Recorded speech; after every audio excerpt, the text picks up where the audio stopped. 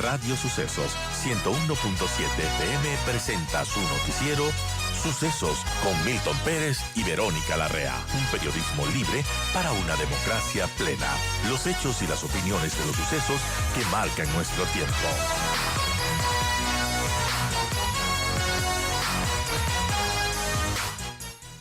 ¿Por qué querer postularse para la presidencia de la República? Bienvenido Jorge Escala, precandidato presidencial. Muy buenos días. Bueno, porque necesitamos recuperar a la patria para devolverle a la gente la paz social frente a la ola delincuencial, la violencia delincuencial que se vive hasta este momento de manera imparable, a pesar que nos incrementaron el IVA bajo el criterio de que servirían para dar protección, seguridad a la población. Eso no ha ocurrido. Vamos a la presidencia de la República con el propósito de devolverle o resolver las necesidades y aspiraciones de la gente. Hay que dotarle del derecho a la educación. Miles de niños, estamos hablando más de 300.000 niños adolescentes, sin cupo, sin acceso a la escuela, al colegio, a la universidad. La educación, la salud no puede ser un privilegio de unos cuantos, sino un derecho de todos. Hay que generar plazas de trabajo con el propósito de evitar este proceso migratorio que se aumenta de manera permanente, como ha ocurrido en estos 6 meses de gobierno del presidente Noboa. En definitiva, es necesario que un profesor, un representante de los trabajadores, del pueblo, un representante de aquellos que no hemos gobernado, no hemos traicionado a la patria, como dice nuestro eslogan, debemos gobernar. Una persona que no está vinculado con metástasis, no está manchado con metástasis, purga, plaga. Es decir, necesitamos llegar al poder los que tenemos condiciones para transformar al Ecuador y convertir una patria de justicia, de igualdad, de equidad, que acabe con los privilegios de los grupos de poder económico, que le devuelva a la gente el derecho a la protección, a la seguridad social, que está seriamente afectada al extremo que apuntan a su privatización. Entonces hay mucho por hacer. Ya los que han condenado al país en una crisis, ya ellos no pueden resolverla. Es la hora de los pueblos, es la hora de los trabajadores, de los pueblos del Ecuador.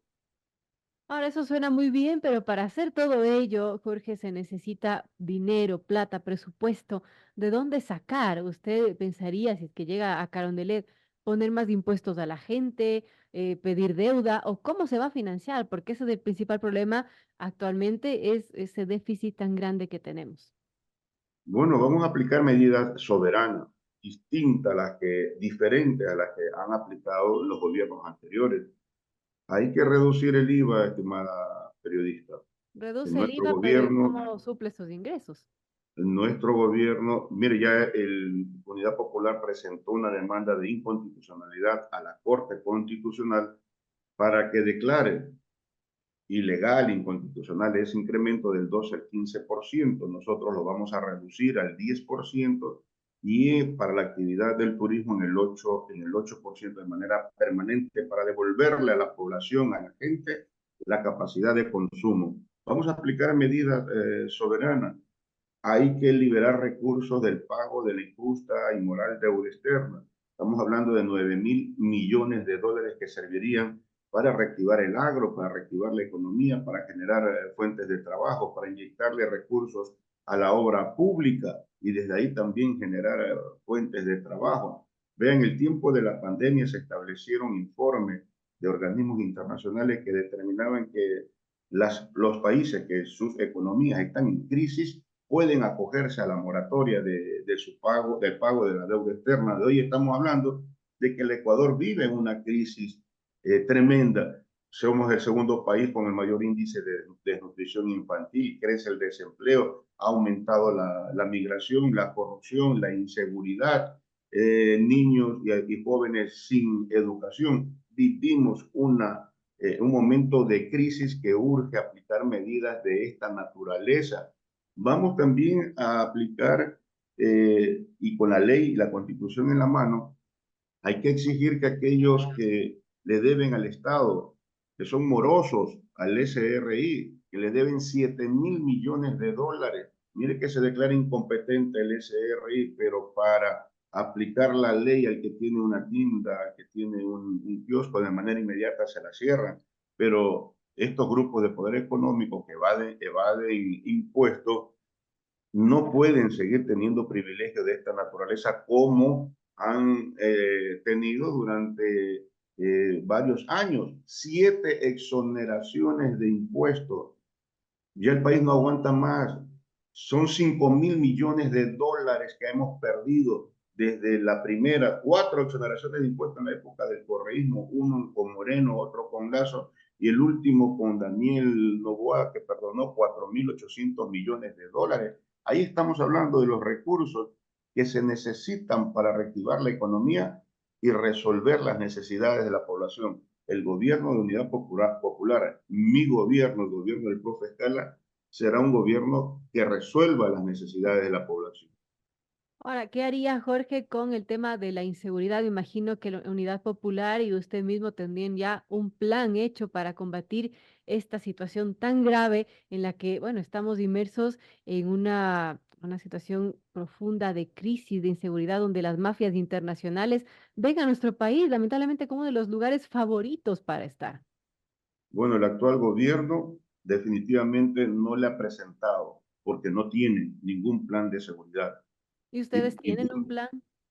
por supuesto, y es un plan que está en proceso de construcción y que se va a fortalecer en este camino que estamos desarrollando, en esta vinculación con los sectores sociales, escuchando y fortaleciendo nuestras propuestas.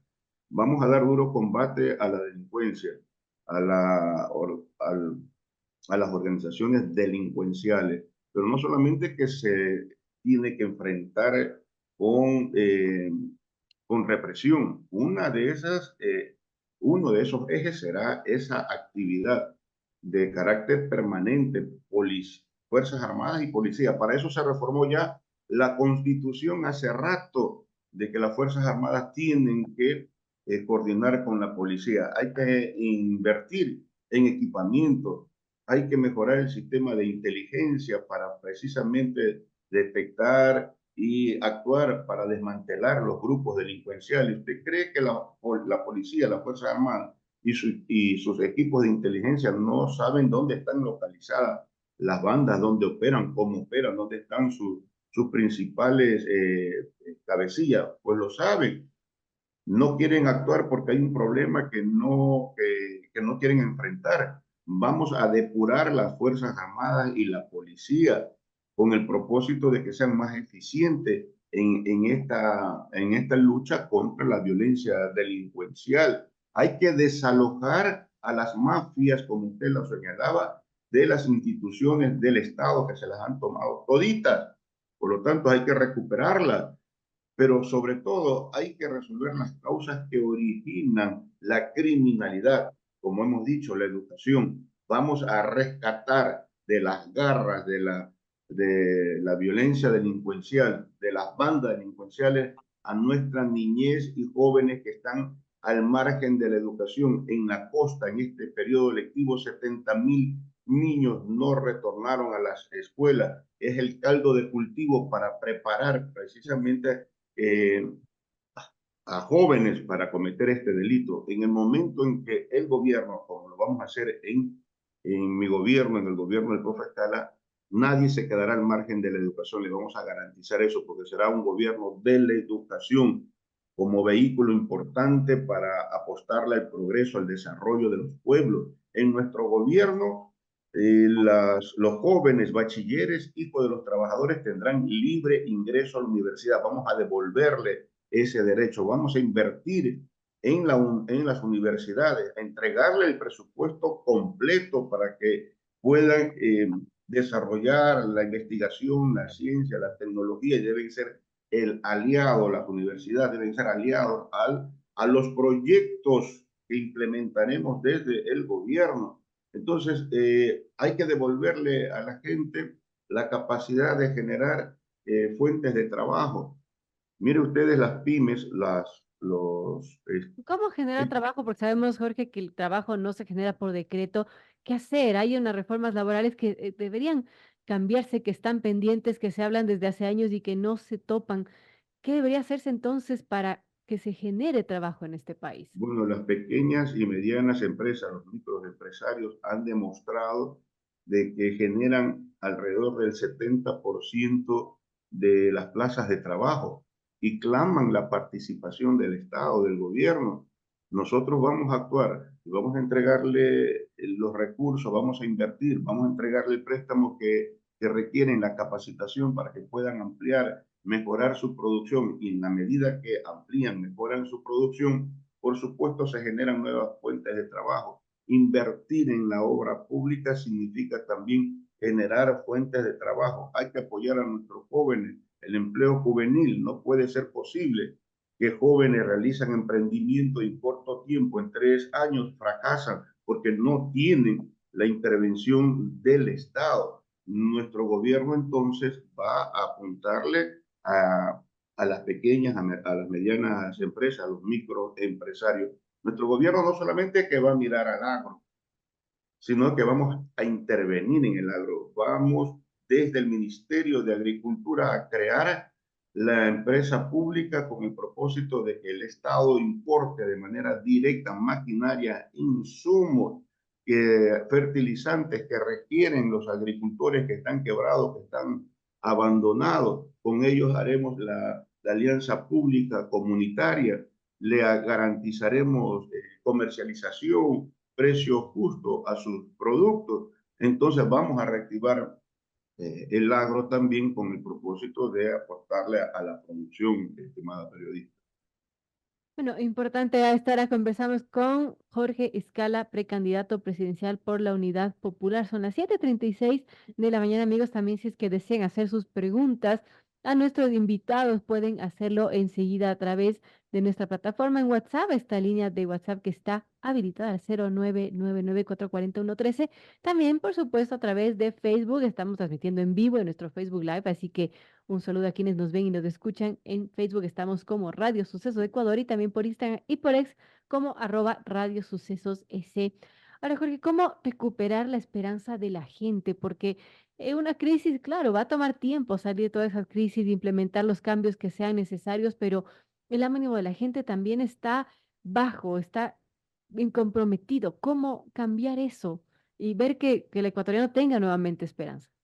Bueno, mire, hay un desarrollo importante en la conciencia de la juventud, sobre todo, y de los pueblos del Ecuador, que en estos recorridos que estamos desarrollando hay una reflexión importante.